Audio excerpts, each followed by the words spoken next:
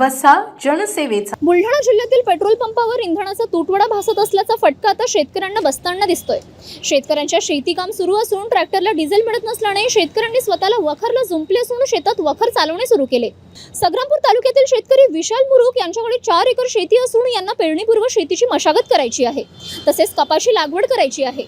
मात्र ट्रॅक्टरला पंपावर डिझेल मिळत नसल्याने ट्रॅक्टर शेतात येत नाही, त्यामुळे शेती पडीत राहण्याची वेळ शेतकऱ्यावर आली असून स्वतः बैल होऊन वखराला जुंपले आणि मशागत सुरू केली आहे। तर तात्काळ ट्रॅक्टरसाठी डिझेल उपलब्ध करून द्यावे अशी मागणी सुद्धा त्यांनी केली आहे। प्रत्येक पेट्रोल पंपावर डिझेलची टंचाई असल्यामुळे शेतकऱ्याचे अतोनात नुकसान होत आहे आणि स्वतः आमच्यावर नांगरणी करायची वेळ आलेली आहे आणि शासनाने त्वरित याकडे लक्ष देण्याची मागणी आहे आणि स्वतः आम्ही खांद्यावर धूळ घेऊन आम्ही स्वतः शेतातली नांगरणी करत आहोत।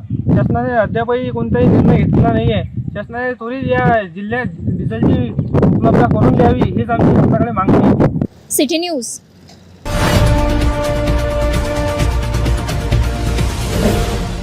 सिटी न्यूज वसा जनसेवेचा।